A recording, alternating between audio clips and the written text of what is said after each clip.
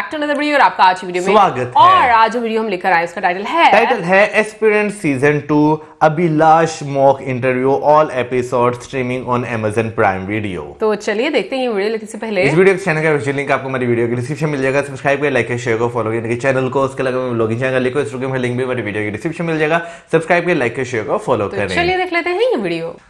May I come in, sir? Yes, please come in. Please have a seat. Good morning, ma'am. Good morning, sir. Good morning. Good morning. Good morning, ma'am. Good morning. Good morning, sir. Good morning. Abhilash, you are sitting comfortable? Yes, sir. You seem nervous.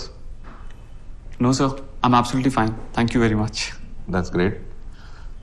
Abhilash, please introduce yourself to the board members. Sir मेरा नाम अभिलाष शर्मा है। मेरा जन्म रेवा मध्य प्रदेश में हुआ। 12th तक की पढ़ाई भी मेरी रेवा से ही हुई है।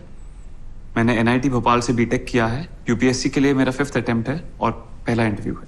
Which means 2013 में आपके सारे अटेम्प्ट्स खत्म हो चुके हैं। You are 2 extra attempts beneficiary, right? Yes sir.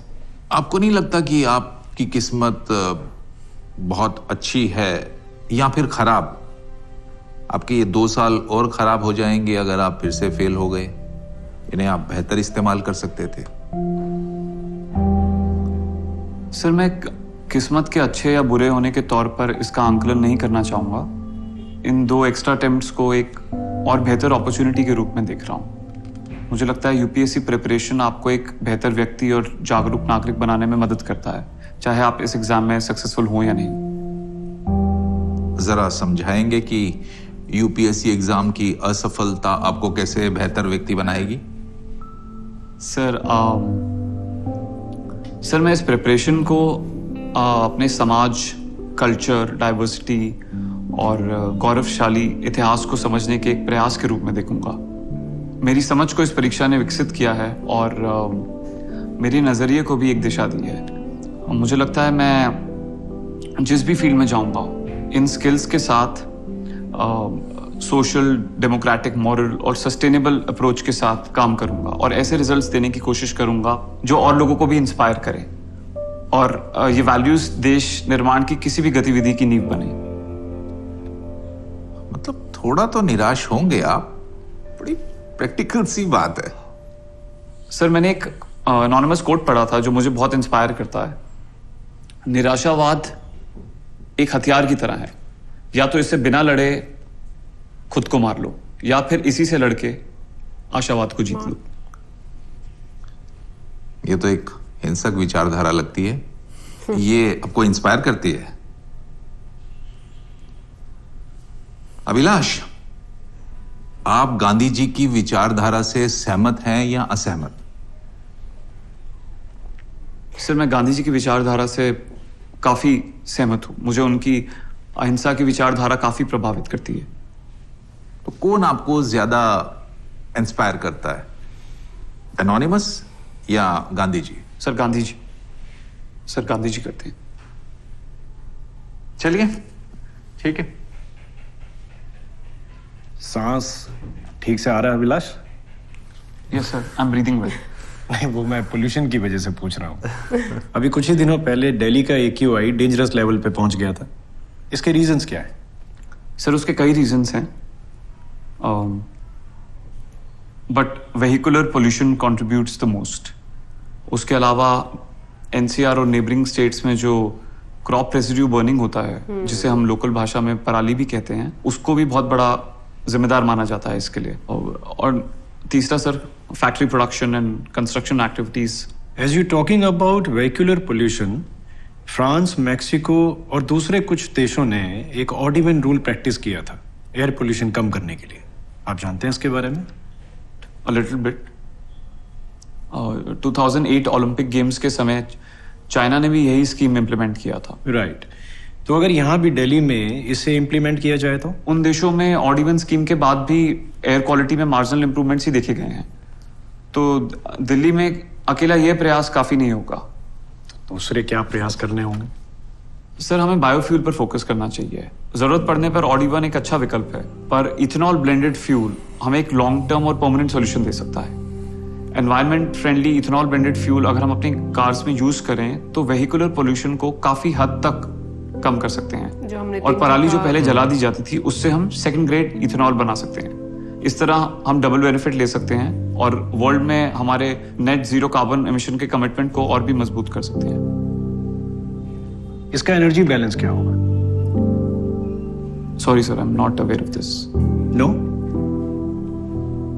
But how do you calculate energy balance or formula of energy return on investment? So energy balance,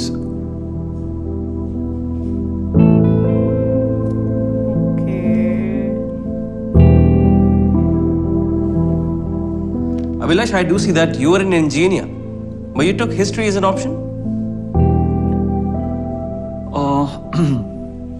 so there are two reasons for this option. First, I have a keen interest in history. Second, I'm already educated in science, so history gives me an added advantage as it makes my knowledge more diverse and enriched, which makes me a well-read civil servant. Okay. Yes, sir. What do you think about Max Muller Aryan invasion theory? Sir, I feel, and most of the scholars and historians have also proved that Max Muller's theory is fake. जो British ने भारत में British rule को justify करने के लिए और divide and rule करने के लिए यूज किया। आर्यंस भारत में हड़प्पन सिविलाइजेशन के डिक्लाइन के बाद आए, तो इन्वेजन की थ्योरी बेसलेस है। वो यहाँ पे आए और वो नॉन आर्यंस के साथ घुले मिले और दोनों के इंटीग्रेशन से जो कल्चर बना वही भारत का बेसिक कल्चर है। Tell me some major events in our history which made cultural impact on our civilization. Sir, राष्ट्रकवि रामधारी सिंह दिनकर की इस पर एक काफी रेलेवेंट बुक है, which was also praised by Prime Minister Jawaharlal Nehru. According to this book, हमारी history में 4 कल्चरल रेवोल्यूशंस हुए। फर्स्ट, जब आर्यंस भारत आए। सेकंड, जब भगवान बुद्ध और महावीर का उद्भव हुआ। थर्ड, जब इस्लाम भारत पहुंचा। और फोर्थ, जब यूरोप का हमारे देश में आगमन हुआ। These events made major impacts on our culture that we see today. Okay, good. Abhilash, आपकी हॉबी आपने लिखा है befriending intelligent people. Yes ma'am. Abhilash, आपकी हॉबी आपकी जरूरत लगती है, स्वार्थ लगता है। No ma'am, it's not like that. मैं तो आई बिलीव जैसी संगति बैठिए तसोई फल दी, ये कवि रहीम का दोहा है। अगर मेरे दोस्त मुझसे ज्यादा इंटेलिजेंट हैं तो मैं उनसे बहुत कुछ सीख सकता हूँ। अभिलाष, आपने दोहे का बहुत ही संकीर्ण अर्थ पकड़ा है। रहीम अच्छी संगति की बात करते हैं, सिर्फ इंटेलिजेंट लोगों की नहीं। सपोज आपका दोस्त आप ही की फिलॉसफी में बिलीव करता हो तो वो तो आपसे दोस्ती ही नहीं करेगा।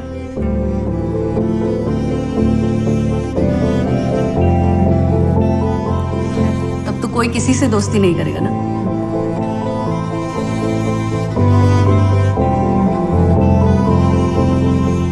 Ma'am, I beg to differ. मेरा मतलब इस बात से, मेरी कांस्टेंट लर्निंग से है। This I believe is a positive attitude. अच्छा, फिर हम आपको क्यों लें? आपसे बेहतर आपके इंटेलिजेंट दोस्त को न लें? डेफिनेटली मैम, जो बेटर है, जो ज्यादा इंटेलिजेंट है, जो ज्यादा डिजर्व करता है उसे ही लेना चाहिए। पर इसके लिए कुछ कंडीशंस का पूरा होना जरूरी है। जैसे ये जरूरी नहीं कि सब इंटेलिजेंट लोग यूपीएससी में ही इंटरेस्टेड हों। दूसरा, अगर वो हैं तो ये जरूरी नहीं कि वो इंटरव्यू तक पहुंचे, क्योंकि सिविल सर्वेंट सिर्फ इंटेलिजेंट नहीं होना चाहिए। और क्या होना चाहिए?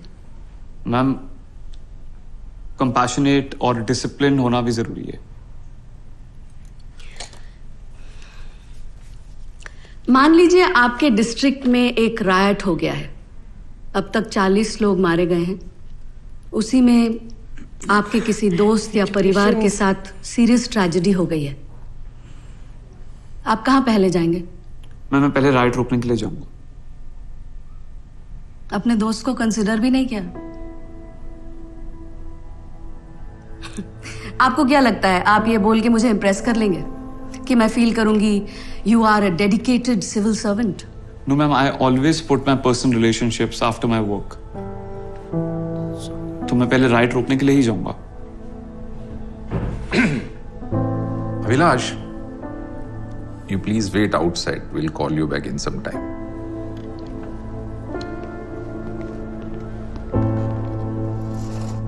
How do you find this one? I think he'll get through. It's just. We'll call you for the feedback. Yes. बैठिए अभिलाष, बैठिए। अभिलाष, इससे पहले कि हम आपको अपना फीडबैक दें, वुड लाइक टू नो कि आपके अकॉर्डिंगली आपका इंटरव्यू कैसा रहा? Sir I feel it was decent, but definitely मैं कुछ क्वेश्चंस के आंसर्स बेटर दे सकता था। ओके। अभिलाष, मुझे आपकी बॉडी लैंग्वेज अच्छी लगी। आपकी बॉडी मूवमेंट्स न कम थी न ज्यादा, आप नियंत्रित थे, और कंटेंट के ऊपर आपकी पकड़ अच्छी है। आपके आंसर्स में फ्यूचरिस्टिक विजन है, विच इज गुड थिंग। हाँ, इंटरव्यू के शुरू में थोड़ा सा गड़बड़ाए, लेकिन फिर आपने अपने आप को संभाल लिया। आपने पूरे इंटरव्यू में कई कोट दिए, जिसमें ज्यादातर एनोनिमस कोट्स थे। इन एनोनिमस कोट्स की कोई क्रेडिबिलिटी, कोई ऑथेंटिक सोर्स नहीं होता, और उसी की काउंटर आंसरिंग के अंदर आप फंस गए। तो आई विल एडवाइज कि आप एनोनिमस कोट करने से बचे। Wish you all the best. Thank you sir. Abhilash, आपका फ्लो ऑफ थॉट्स अच्छा है, पर वही शायद आपकी वीकनेस भी फील हो सकती है पैनल को, क्योंकि मुझे आपके answers natural, coming from the heart नहीं लगे। काफी रेडीमेड और बुकिश फील होते हैं। आप इस पे काम कर सकते हैं। Okay sir. अभिलाष, आपका डेफ पे पकड़ अच्छा है, and you also well versed about your region, but you continue to justify your answer. नहीं आता तो बोल दीजिए। फैक्ट्स का जलेबी मत बनाइए to impress the panel.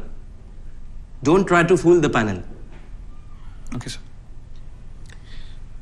Abhilash, आपकी नॉलेज अच्छी है, आइडियाज क्लियर हैं आपके, पर मुझे लगा कि आप अपनी हॉबी को लेके तैयार नहीं थे। ऐसा लगा अपनी हॉबी सिर्फ डैफ में भरने के लिए लिखा है। आपकी हॉबी फेक लगी, आप उसे ठीक तरीके से जस्टिफाई नहीं कर पाए। इस वजह से आपकी personality, it came across as self centred. So I suggest कि आप फाइनल इंटरव्यू में एक बेटर आंसर के साथ प्रिपेयर होकर जाएं। पूरे इंटरव्यू में मुझे ऐसा लगा कि आपके कथनी और करनी में फर्क है। कभी तो आप एनोनिमस से इंस्पायर हो जाते हैं, फंस जाते हैं तो गांधी जी से इंस्पायर हो जाते हैं। आपने कहा सिविल सर्वेंट कंपैशनेट होना चाहिए, लेकिन आपकी पर्सनालिटी में ये दिखा नहीं मुझे। बिना एक सेकंड लगाया आपने कहा राइट रोकने जाएंगे। आप थोड़ा सोचकर जवाब दे सकते थे। अपनी पर्सनल ट्रेजेडी और राइट को दोनों एक साथ कैसे मैनेज करेंगे, इसी पर अपना आंसर कंक्लूड कर सकते थे। मुझे ऐसा महसूस हुआ कि आप अपने आप को आदर्शवादी दिखाना चाहते हैं। Abhilash, you have good knowledge. अगर आपको यूपीएससी क्लियर करने से कोई चीज अगर रोक सकती है तो वो सिर्फ आप खुद।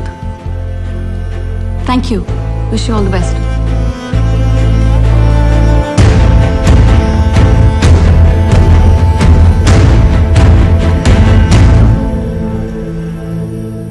भाई एस्पिरेंट सीरीज जो है इसका मैंने सीजन 1 जो है वो देखा हुआ, सीजन 2 काफी देर का है, मैंने वो नहीं देखा। लेकिन सीजन 1 देखकर भाई सबसे पहले आपको ये चीज रियलाइज होती है कि भाई ऑफिसर बनना जो है ना वो कोई आसान काम नहीं होता। आपको अच्छा खासा नॉलेज, आपकी एक डेडिकेशन, एक मेहनत, काफी कुछ उसके पीछे जो है वो लगता है। फिर कहीं जाकर जो है आप अटेम्प्ट्स देते हैं तो आप पास होते हैं, लेकिन उसमें भी आपको जो है ना जो एक इमोशंस का बहाव जो होता है उसको कंट्रोल करना बहुत ज़रूरी है। लेकिन आज इस मॉक इंटरव्यू की बात करें तो भाई सबसे पहले तो जब आप कहीं पर भी जाते हैं ना तो चलिए ये तो एक इंटरव्यू था, लेकिन आप वैसे भी 2 बंदे आपके सामने बैठ के आपसे क्वेश्चन आंसर कर रहे हैं ना तो आपके पसीने छूट जाते हैं। तो भाई उसके लिए कॉन्फिडेंट उस अटेम्प्ट तक जाने के लिए यही चीजें तो सारी आपको देखनी है। बट मैं ये सोच रही थी ये सिर्फ एक मॉक इंटरव्यू है जिसमें आप एक तरह से प्रैक्टिस कर रहे हैं कि जब इंटरव्यू आपका होगा तो किस तरह के क्वेश्चन जो है वो आपसे पूछे जाएंगे, आपकी बॉडी लैंग्वेज क्या होनी चाहिए, आपके आंसर्स किस तरह के होंगे। सो बेसिकली मुझे लगता है कि जो मैं देखकर बता सकती हूँ, लाइक जो मुझे समझ आई, क्योंकि भाई कभी इंटरव्यू देखा नहीं उस तरीके से। हाँ। जैसे मैंने बोला ना कि लाइक 2 लोग भी अगर बैठे हुए हैं तो मुझे लगता है चाहे 100 लोग भी बैठे हों या 2 लोग भी बैठे हों, आपकी ट्रेनिंग आपके माइंड की और बॉडी की कि आपको उस सिचुएशन में कैसे बिहेव करना है, ये बड़ा इंपॉर्टेंट होता है। और फिर उसके बाद क्वेश्चंस करना और जो आपके आंसर आते हैं, बिल्कुल ऐसा होता है कि हम लोग समटाइम्स प्रभावित होकर भी आंसर कर देते हैं। और जहां तक मुझे लगा कि ऐसा नहीं होना चाहिए, आपको आपकी अपनी क्या सोच है उस सिचुएशन के बारे में और उस में आप कैसे बैलेंस करते हो, उसको मैनेज करते हो चीजें, वो बड़ा मतलब आपकी अपनी क्या सोच रहती है वो बड़ी इंपॉर्टेंट है। मैं अगर इस मॉक इंटरव्यू की अगर बात करूँ ना, तो मुझे जो है ना सबसे ज्यादा जो मैं कहूँगा कि नोट कर रहा था, ऑब्जर्व कर रहा था, वो जो एक महिला थी बीच में, वो सबसे ज्यादा जो है उन्हें ऑब्जर्व कर रही थी। उनका जो एक देखने का स्टाइल था ना, मोस्टली जब कोई बंदा जो है ना आपको इस तरह देखता है तो आपका ना कहीं थोड़ा सा कॉन्फिडेंस जो है वो लूज होता है कि यार ये बंदा जो है मुझे इस तरह क्यों देख रहा है। तो उनका जो एक ऑब्जर्व करने का स्टाइल था, हालांकि बाकी जितना भी पैनल था वो आपको फिर भी जो है ना उनके फेशियल एक्सप्रेशन जो थे वो काफी ज्यादा काम लगे थे, लेकिन अगर बात की है ना, वो ऑब्जर्व करने वाले वो काफी ज्यादा जो है मैं इस तरह के थे कि वाकई में आप थोड़ा बहुत फील करते हैं कि भाई मैं शायद इनको जो है ना उस तरह जवाब ना दे पाऊं जैसे वो एक्सपेक्ट कर रही हैं। नहीं, वैसे जो मैम के लेफ्ट साइड पर भी बैठे हुए थे ना, जिन्होंने एयर पोल्यूशन के लिहाज से पूछा था, मुझे उनके भी फेस के जो एक्सप्रेशन है वो काफी मतलब डिफरेंट लगे थे। मैं ये बात सोच रही हूँ कि अगर हम किसी एक शादी में किसी महफिल में जाते हैं ना, तो कोई कॉन्स्टेंटली अगर हम लोग को देख रहा है ना, तो हम लोग होते हैं कि यार ये क्या, क्यों हमें देख रहा है। तो लेकिन ऐसे पैनल के सामने जब लोगों की मतलब जितने भी पैनल में लोग होते हैं उनकी नजरें आपके ऊपर हैं और आपको नहीं पता कि उन आपके क्वेश्चंस जो हैं वो आप उनको कैसे लग रहे हैं, फनी लगेंगे, सही लगेंगे। तो मुझे लगता है कि वाकई में एक जो प्रोसेस है जो लोग उसमें से गुजर के आते हैं वो बहुत टफ रहता है। और आज का मॉक इंटरव्यू देखकर हमें कहीं ना कहीं पर ये चीज जो है ना वो एक आइडिया हो रहा है कि भाई इट्स नॉट ईजी। और मतलब लाइक आपको फील हो जाता है भाई कि अगर आप एग्जाम्स क्लियर कर भी लेते हो तो उसके बाद जब आप इंटरव्यू की बारी आती है उसमें भी आपको कितना ज़्यादा एक एफिशिएंट रहना पड़ता है और आपको एक बैलेंस तरीके से आंसर करना पड़ता है। वैसे मेरा दिल करता है वैसे कभी सुनूं तो सही कि किस तरीके से आंसर करते होंगे जो लोग, मतलब उनसे क्या क्वेश्चंस किए जाते होंगे और उनके क्या आंसर होते होंगे जो दूसरे लोगों से डिफरेंट होते होंगे और वो चूज किए जाते होंगे। भाई ये जो है वाकई बहुत ज्यादा कॉन्फिडेंशियल एक चीज होती है जो कि बाहर नहीं आती उस चारदीवारी से। लेकिन जो है ना मैं एक बात कहना चाहूंगा, बाकी जो उनकी एक सलाह थी ना उनमें वो काफी ज्यादा अच्छी थी, डिफरेंट टॉपिक्स जो है वो लेकर। और लिटरली हम में से बहुत सारे लोग जो है ना वो फौरन रिएक्ट करते हैं चीजों का, खासतौर पर कोई अगर बात हो जाए तो मेरा ख्याल है कि जवाब देने से पहले आप 10 सेकंड या 15 सेकंड सोच लेना तो आप एक बेहतर आंसर जो है उस चीज पर कर सकते हैं किसी भी सिचुएशन में। मुझे ऐसा लगता है कि सोचने से बेहतर ये है कि आप अपने आप को इतना प्रिपेयर करो कि आप क्या समझते हैं ना वो आंसर करें, रादर देन कि आप किसी को इंस्पायर करने के लिए बात करें। और मुझे कैमरा वर्क बड़ा अच्छा लगा इसमें कि जिस तरीके से उनकी फेस पे और फिर उसके बाद जब वो थोड़े कंफ्यूज हो रहे थे तो उनके हाथों की मूवमेंट जो है वो दिखाई दे रही थी। तो मतलब ओवरऑल, और म्यूजिक भी बैकग्राउंड ऐसा चल रहा था कि लाइक वो एक गंभीर सी सिचुएशन आपको नजर आती है। सो ओवरऑल बहुत अच्छा लगा देखकर एंड आई होप आप लोगों को भी अच्छा लगा होगा। और जरूर बताइएगा जिन जिन लोगों ने कभी अटेम्प्ट किया हो तो किस तरह का प्रोसीजर रहता है, कितना टफ और क्या प्रेशर रहता है उस टाइम पर। अगर आपके किसी मिलने वाले ने अटेम्प्ट किया हो और उन्होंने बताया हो आपको तो वो भी जरूर शेयर कीजिएगा और वो मतलब सिलेक्ट भी हो गए हम तो जरूर हमारे साथ शेयर कीजिएगा ये एक्सपीरियंस। और इसी के साथ हमें video like, subscribe, share. Good bye.